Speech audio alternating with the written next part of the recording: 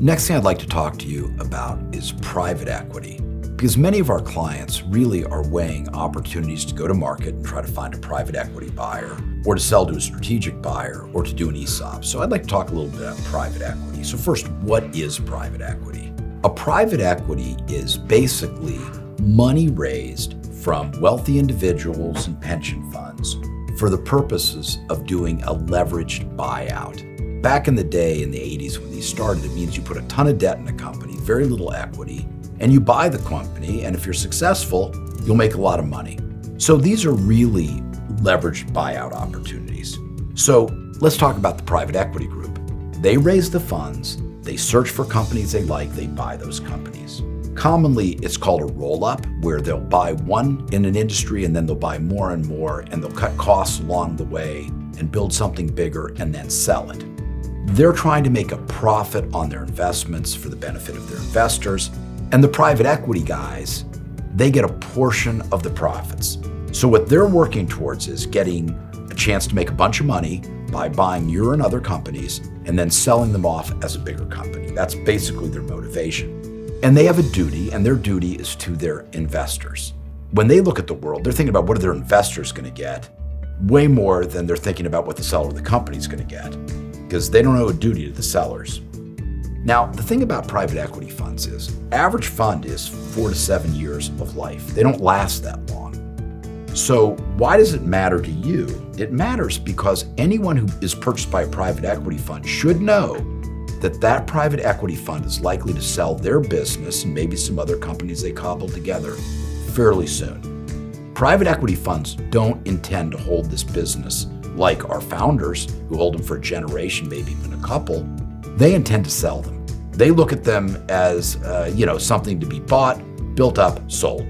That's a very important thing to understand, because they don't invest in things the way a long-term owner does. I look at our firm here, and I have a very long willingness to invest for future opportunities because I think I own it more than 5 years from now, or at least a partner in it.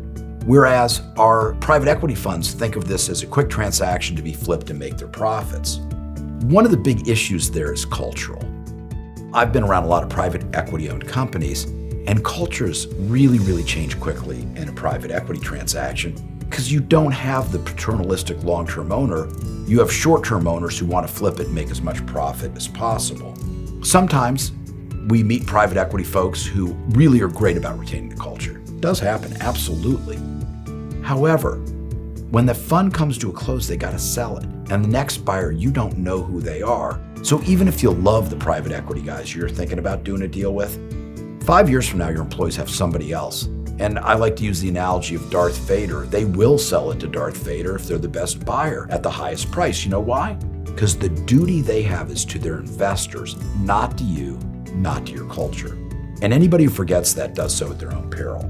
They can also be big cost cutters. That's why they tend to roll up an industry so they can eliminate costs, which is really synonymous with job elimination for most companies, because they're really not thinking about it the way that maybe our owners do. Let me compare and contrast private equity deal to an ESOP. In a private equity deal, everything changes the day somebody else paid a bunch of money and they're going to run it their way. In an ESOP, nothing changes.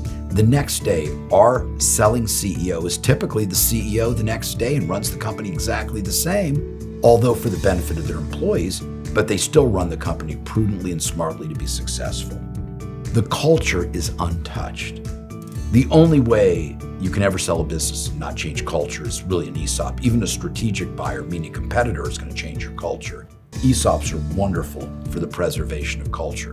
And finally, in a private equity deal, who prospers when the company's successful? Who makes the real money? The investors. And there's nothing wrong with it. But in ESOP, it's your employees who actually are the ones who win, rather than some third-party investment fund. So there's a great deal of disparity as between an ESOP solution and a private equity solution. It's not that private equity's bad. They just have a different calling and maybe different values.